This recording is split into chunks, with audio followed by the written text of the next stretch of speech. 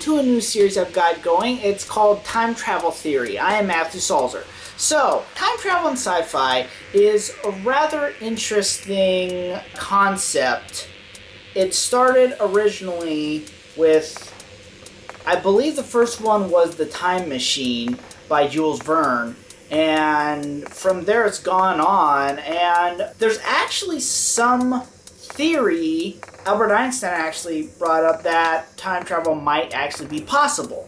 But as of right now it is not, so it is exclusively a science fiction idea, and for all we know it might never be possible, because you think about stuff like the fact that we have never seen any actual time travelers. There's been hints, but there's been nothing explicit. Either way, I'll be using this little whiteboard to illustrate my points. In science fiction, one of two theories happens when it comes to the presentation of time travel. A, most common, most of them have this, you have what I refer to as the single timeline theory. That basically means that from point A to point B, there's one timeline, and if you jump from point A to point B, you are basically going on that same timeline, and likewise, but when you go into the past, you have the possibility of creating another timeline because of whatever you may do in terms of an actual action. It's what's called the butterfly effect. One action can create a whole bunch of other problems in the future.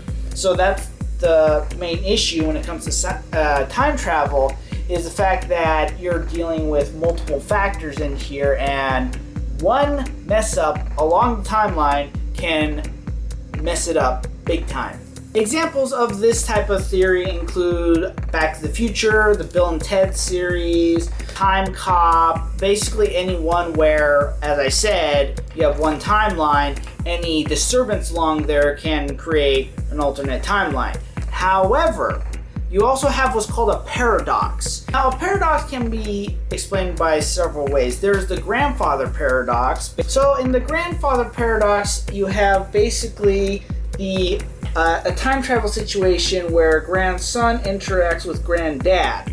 This interaction basically keeps grandson from meeting grandmother, and thus grandson doesn't exist, but at the same time, it was the grandson who interacted with the grandfather in order to stop the grandson from happening. So it's this big old twisted thing, basically, that is kind of mind-blowing, and again, I'm not sure I'd ever want to be in that situation.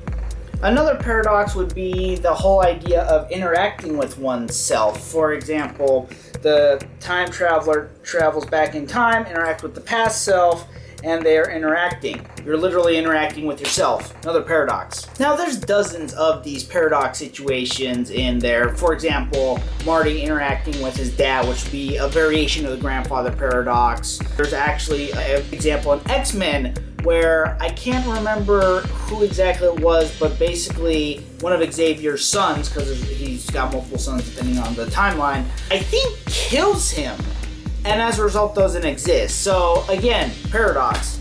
Then you have what's called the multiple realities theory.